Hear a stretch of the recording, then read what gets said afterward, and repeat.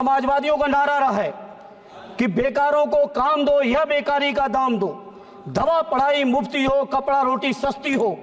मैं अपने नौजवानों के लिए मांग करता हूं केंद्र की सरकार से कि प्राइमरी से लेके नर्सरी से लेके और पोस्ट ग्रेजुएशन और रिसर्च तक की हमारे नौजवानों को पढ़ाई मुफ्त कराई जाए।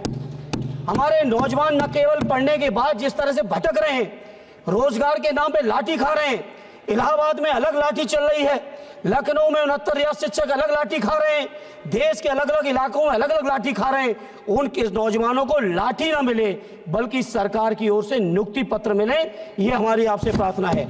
आज उत्तर प्रदेश के अंदर अकेले हम बात करें 2 लाख से ज्यादा शिक्षकों के पद खाली पड़े हैं। तो ये केंद्र की सरकार के लोग जवाब दें, आखिर उन पदों को कब भरने का काम करेंगे।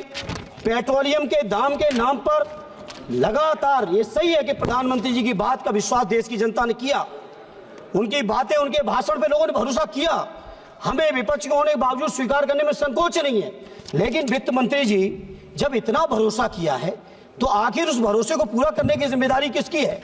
इसलिए मैं आज आपसे कहना चाहता हूं, पेट्रोलियम के दामों का सवाल है, कृपया जब यूपीए की सरकार थी सभापति जी तो बहुत लंबी लंबी बातें की गई।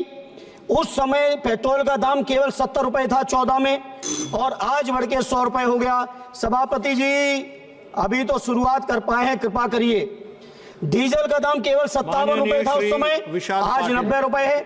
सभापति जी इसी तरह से I will decide whether it is a warning or final. I will decide, please. No, I have given him a lot of opportunities. I am giving you 30 seconds. Please conclude. Okay, 1 minute. Please conclude. Gas का दाम 1200 था, 400 था, आज 1200 हो गया है। इसी तरह से पेट्रोलियम से लेके तमाम चीजें, प्रधानमंत्री राहत कोष के लिए मैं प्रार्थना करूंगा माननीय वित्त मंत्री जी। हेलो, हम लोग सांसद लोग चिट्ठी लिखते हैं, सभापति जी आप भी झेलते होंगे, 30-40 लाख लोगों की आबादी है और केवल 35 लोगों के लिए कंसीडरेशन होता है। हालांकि बजट से नहीं जाता है, आप बजट से देना चाहो दो प्रधानमंत्री राहत कोष में, लेकिन मेरा अनुरोध यह है सभी सांसदों की ओर से कि 35 की सीमा बढ़ा के इसको अनलिमिटेड कर दो गरीबों के इलाज के लिए। ये कोई मेरी अकेले व्यक्तिगत समस्या नहीं है।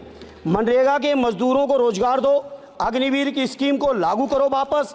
इसी तरह से रोजगार सेवक, आंगनबाड़ी, आशा बहुएं, पंचायत सहायक, शिक्षा मित्र, अनुदेशक, रसोईया से लेकर जितने संविदा कर्मी हैं, उन संविदा कर्मियों का मानदेय बढ़ाओ, उनको स्थायी करो। और एक आजमगढ़ की जो मेरा अपना संसदीय क्षेत्र है, लगातार मैं वित्त मंत्री जी कह रहा हूं सदन के माध्यम से, जब तक मांग पूरी नहीं होगी मैं लगातार इस मांग को दोहरा